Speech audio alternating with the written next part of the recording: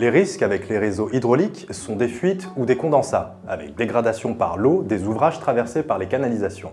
Un inconfort thermique peut être dû à un dysfonctionnement du dispositif de chauffage, dimensionnement inadapté, embouage et corrosion, défaut de traitement de l'eau. Enfin, les dispositifs de ventilation peuvent générer des nuisances acoustiques ou un inconfort lié à la vitesse de circulation de l'air par exemple. La température et l'hygrométrie de l'air et son taux de renouvellement jouent sur la qualité de l'air intérieur, thème qui sera abordé ultérieurement.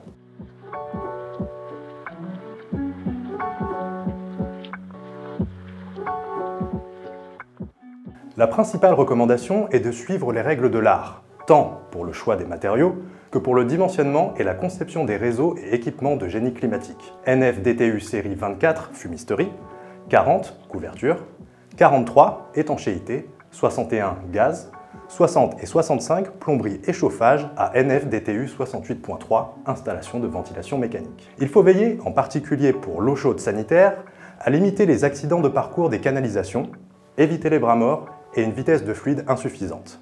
Pour les canalisations en cuivre des réseaux intérieurs, il est recommandé de préciser dans les pièces du marché que les tubes de cuivre doivent bénéficier d'un certificat NF selon NF-EN 1057, cuivre nu, ou NF 13349, cuivre ou alliage de cuivre gainé. Par ailleurs, lors de la conception de l'ouvrage, des réservations suffisantes sont à prévoir pour le parcours des réseaux fluides et aéroliques. Et il faut prévoir un dimensionnement suffisant des locaux techniques afin d'accéder facilement aux équipements et permettre ainsi une maintenance régulière. Enfin, pour dimensionner les réseaux d'eau pluviale, respectez la pluviométrie de 3 litres par mètre carré par minute, sauf en région ultramarine où les DPM doivent préciser la pluviométrie qui est plus importante, 4,5 litres par mètre carré par minute ou 6 litres par mètre carré par minute. Dans le cas des réseaux d'évacuation des eaux pluviales par effet siphoïde, il est nécessaire de respecter les normes de calcul pour éviter tout débordement, par défaut d'évacuation, et mise en péril de la construction du fait de la surcharge d'eau retenue en toiture.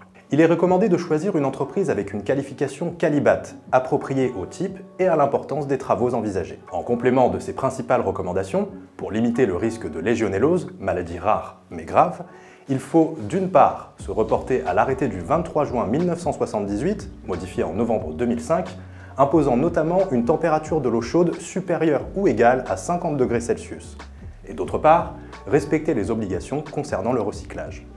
En cas de travaux de réhabilitation thermique, il est recommandé de prendre des dispositions dès la phase de conception de l'ouvrage pour limiter les opérations de synthèse et toute modification importante en phase travaux. Avec changement de chaudière, l'étude préalable doit définir s'il est nécessaire d'adapter également les émetteurs.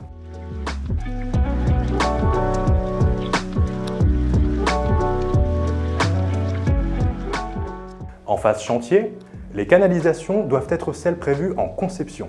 Matériaux, diamètre, support. La température du fluide concerné doit faire l'objet d'une attention particulière concernant la nécessité de calorifuger ou d'isoler les réseaux concernés. Isolation thermique, anti-condensation et économie d'énergie. En sol de local humide, par exemple une salle de bain, afin d'éviter les infiltrations d'eau entre la canalisation et la gaine, les divers corps d'état intervenants doivent veiller à laisser les gaines en sol, fourreau, émerger du sol fini de 3 cm au moins, conformément aux règles de l'art, voire NF-DTU 60.1. Les compagnons pour la mise en œuvre des équipements de génie climatique doivent avoir les formations obligatoires adaptées à l'intervention, que ce soit pour les soudures, le fluide frigorigène, le travail en hauteur ou encore une habilitation électrique le cas échéant.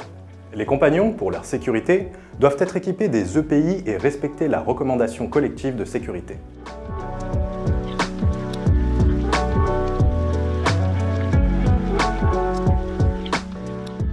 Dans le cadre de son devoir de conseil, l'entreprise doit informer son client des dispositions d'usage et d'entretien des équipements de génie climatique. Il appartient au maître d'ouvrage de choisir une entreprise qualifiée.